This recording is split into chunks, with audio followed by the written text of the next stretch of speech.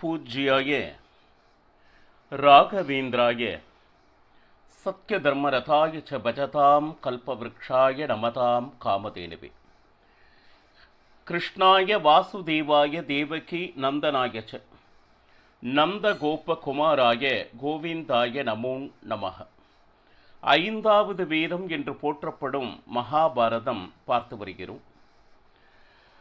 பாண்டவர்களுக்காக, தன் பக்தர்களுக்காக தூதுவனாக பகவானே சென்று வர தர்மராஜன் வேண்ட, அதை ஏற்றுக்கொண்டு பகவான் கிருஷ்ணன் கடைசி முயற்சியாக இது இருக்கட்டும் அப்படின்னு சொல்லிட்டு தர்மராஜன் வேண்டிக் கொண்டார்.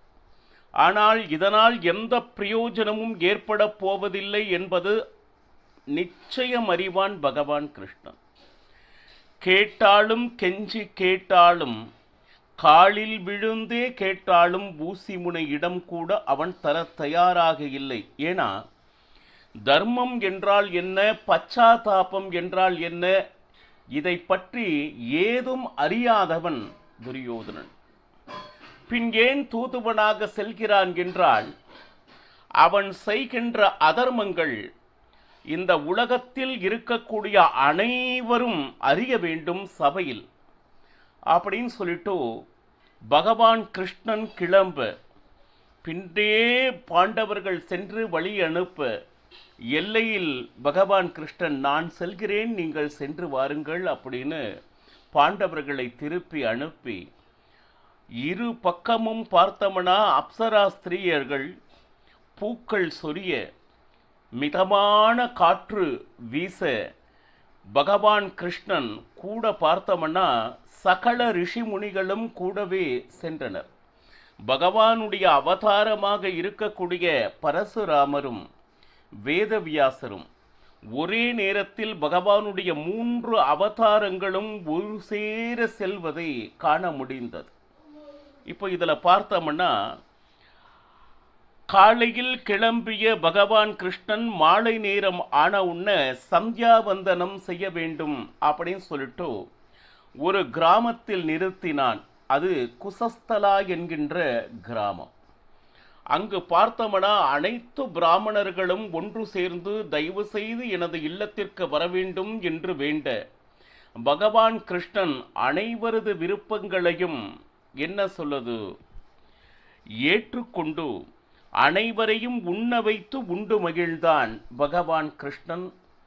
மறுநாள் இந்த செய்தி அஸ்தினாபுரத்தில் கேட்டவுடன் மிகப்பெரிய ஏற்பாடு, வரவேற்பு நடக்க வேண்டும் என்று திருதராஷ்டிரன் வழிநெடுக தோரணங்கள், ஆங்காங்கே ஓய்வெடுப்பதற்கு சத்திரங்கள், கட்டிடங்கள், அனைத்து இடங்களிலும் பஞ்சபக்ஷ பரிமாணம்னு சொல்லிட்டு எல்லா விதமான சமையலும் தயாராக இருக்க வேண்டும். வரும் பொழுது நான் பலவிதமான தானங்களை நான் கொடுப்பேன். எப்படியாவது பகவான் கிருஷ்ணனை நாம் வசப்படுத்தி கொள்ள வேண்டும் என்று திருதராஷ்டிரன் தங்கத்தினால் ஆன ரதங்களையும், அற்புதமான குதிரைகள் பூட்டப்பட்டதாகவும், 8 கஜம் அதாவது தந்தங்களை உடைய யானைகளையும், 100 தாசர்களையும் 100 தாசிகளையும், அற்புதமான பகலிலும் இரவிலும் ஒளி வீசக்கூடிய அந்த மணிதனையும் அனைத்தையும் பகவான் கிருஷ்ணனுக்கு தந்து அவரை வரவேற்க வேண்டும் அப்படின்னு திருதராஷ்டிரன் சொல்ல, அனைத்து ஏற்பாடுகளும் நடந்தது.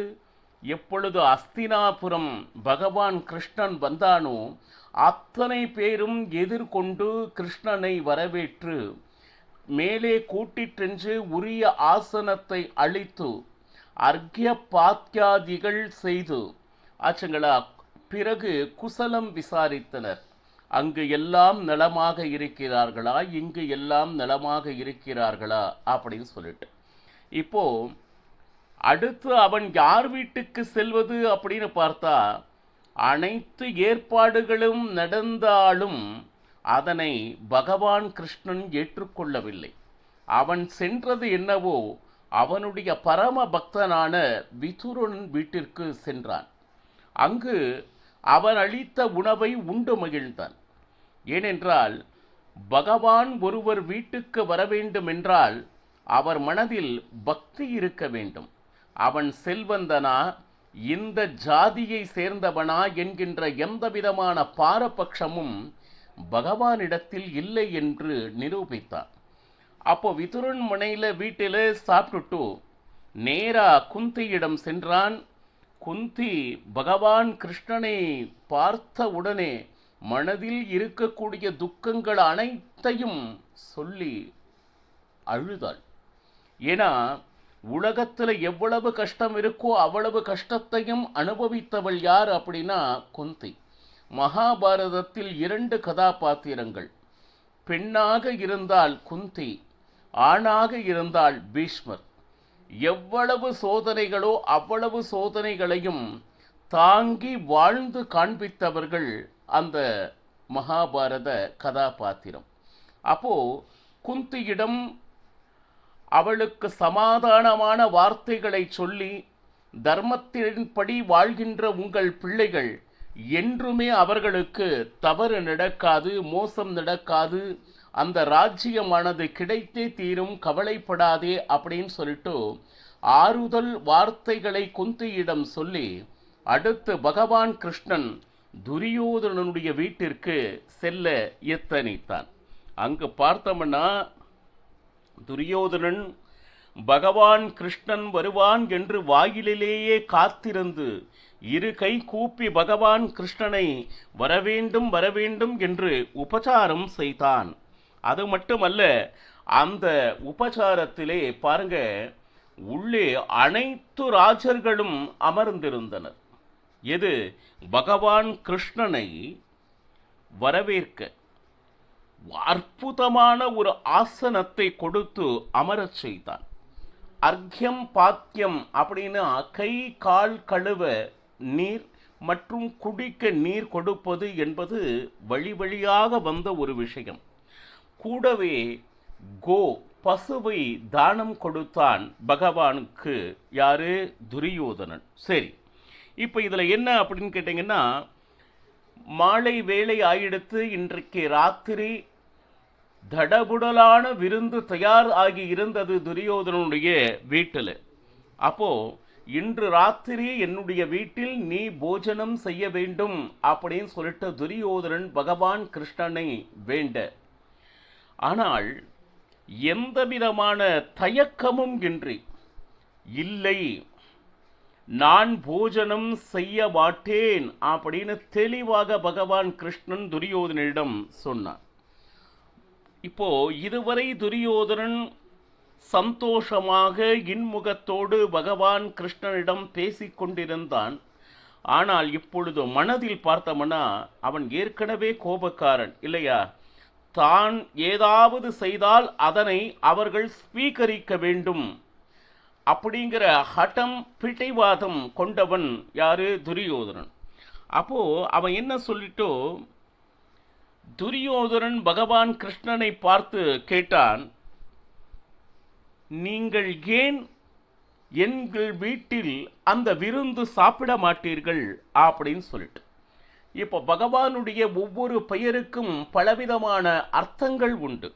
அப்போ இந்த இடத்துல ஜனார்தனா அப்படின்னு சொல்லிட்டு துரியோதனன் கிருஷ்ணனை பார்த்து விழித்தான். ஏன்னா பிறப்பை நாசம் செய்பவன் யாரோ, அதாவது இனிமேல் பிறவியே இல்லாது செய்பவன் யாரோ அவன் பெயர் ஜனார்தன்.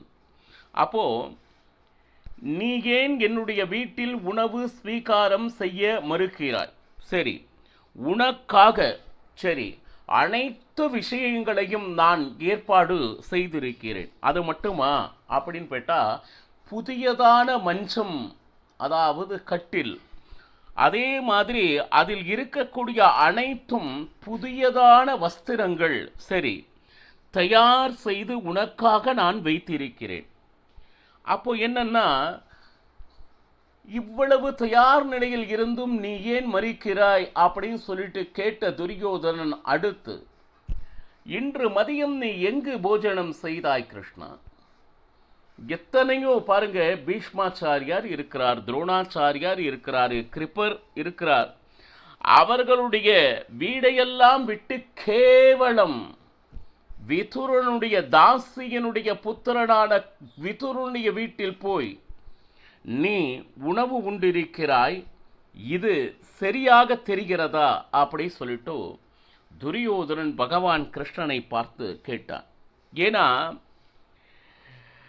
புண்டரீ காக்ஷா அப்படின்னு சொல்லிட்டு பகவானுடைய ஒவ்வொரு பெயரையும் இவன் உச்சரிப்பது எதனா பக்தியால் அல்ல, பின் எதனால் அதனா அப்படின்னு கேட்டிங்கன்னா அவன் செய்தது தவறு என்று அவனிடவே நிரூபிக்க வேண்டும் என்கின்ற எண்ணத்தில்.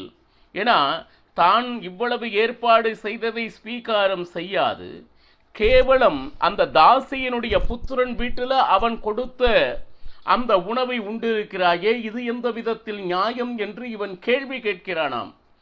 அகிலாண்ட கோட்டி பிரம்மாண்ட நாயகன் எத்தனையோ ரிஷிகள் ஆயிரம் வருடங்கள் தபம் இருந்து ஒரு முறை பார்க்க மாட்டோமோ என்று ஏங்கிக் கொண்டிருக்கும் வேளையில் இவனுடைய வீட்டிற்கு பகவான் கிருஷ்ணனே வந்த பொழுதும் பாருங்க அவனுடைய எண்ணம் எப்படி இருக்கிறது. அவனை எப்படியாவது கேள்வி கேட்டு அவனை அவமானப்படுத்த வேண்டும் என்பதே துரியோதனுடைய எண்ணமாக இருந்தது. பாருங்க, ஏன்னா புண்டரீ காக்ஷா அப்படின்னா அந்த நாமத்தை சொன்னாலே மனதிலும் சரி உடம்பிலும் சரி பரிசுத்தமாபம் நாம் அப்படிங்கிறது ஒரு விதமான அர்த்தம். அதாவது தாமரை மலர் போன்ற கண்களை உடையவனே அப்படின்னு ஒரு யதார்த்தமான அர்த்தம் இருந்தா அவனுடைய நாமத்தை நினைத்தாலே, புண்டரீ காக்ஷா என்று சொன்னாலே உடலும் மனமும் சுத்தமாகி போகிவிடும். ஆனால் வெளி உலகத்திற்குத்தான் சுத்தத்தை பற்றி நீ பேசுகிறாயே தவிர, ஆனால் நீ செய்த செயல் என்ன? அந்த நீச்சனின் வீட்டில் போய் உணவு உண்டிருக்கிறாய், ஆனால் உனக்காக அனைத்தும் புதியதாக வாங்கி அனைத்தையும் தயார் செய்து வைத்திருக்கிறேன், நீ அதை மறுக்கிறாய். இதுதான். அடுத்து மாதவா அப்படி சொல்லிட்டு வாய் வார்த்தைக்கு எனக்கு எல்லாரும் வேண்டும், பாண்டவர்களும் சரி கௌரவர்களும் சரி எனக்கு சரி சமமே என்று வார்த்தைக்கு வார்த்தை சொல்லிக்கொண்டு இருக்கிறாய். ஆனால் நான் இவ்வளவு தூரம் ஏற்பாடு செய்ததை ஏற்க மறுக்கிறாய். கொஞ்சம் நினைச்சு பாருங்க. மாதவா என்றால் மாயையினால் மோகம் செய்பவன் அப்படின்னு ஒரு பொருளும் இருக்கு. ஒவ்வொரு வார்த்தையும் சொல்லி அந்த மாயையினால் மோகம் கொள்ள செய்து மற்றவர்களை நீ ஏமாற்றலாம், ஆனால் என்னை நீ ஏமாற்ற முடியாது அப்படின்னு சொல்லிட்டு. ஏன்னா 10 லட்சம் சைன்யத்தை எனக்கு கொடுத்தவன் நீ கிருஷ்ணா, சரி, ஆனா நீ பேச்சுக்கு சொல்கிறாயே தவிர எனக்கு எந்த விதமான பேதமும் இல்லை, பாண்டவர்களும் ஒன்று கௌரவர்களும் ஒன்று என்று சொல்கிறாய்.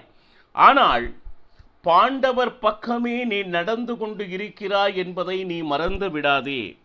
அடுத்து ஜனார்தனா அப்படிங்கிற வார்த்தை பாருங்க, பகவானுடைய வார்த்தையை வைத்தே அவன் புத்திசாலித்தனமாக பகவானுக்கு அறிவு புகட்டுவது போல துரியோதனுடைய பேச்சு அமைந்துள்ளது. பாருங்க, தர்ம அர்த்த இவற்றை முழுவதும் தெரிந்தவன் நீ.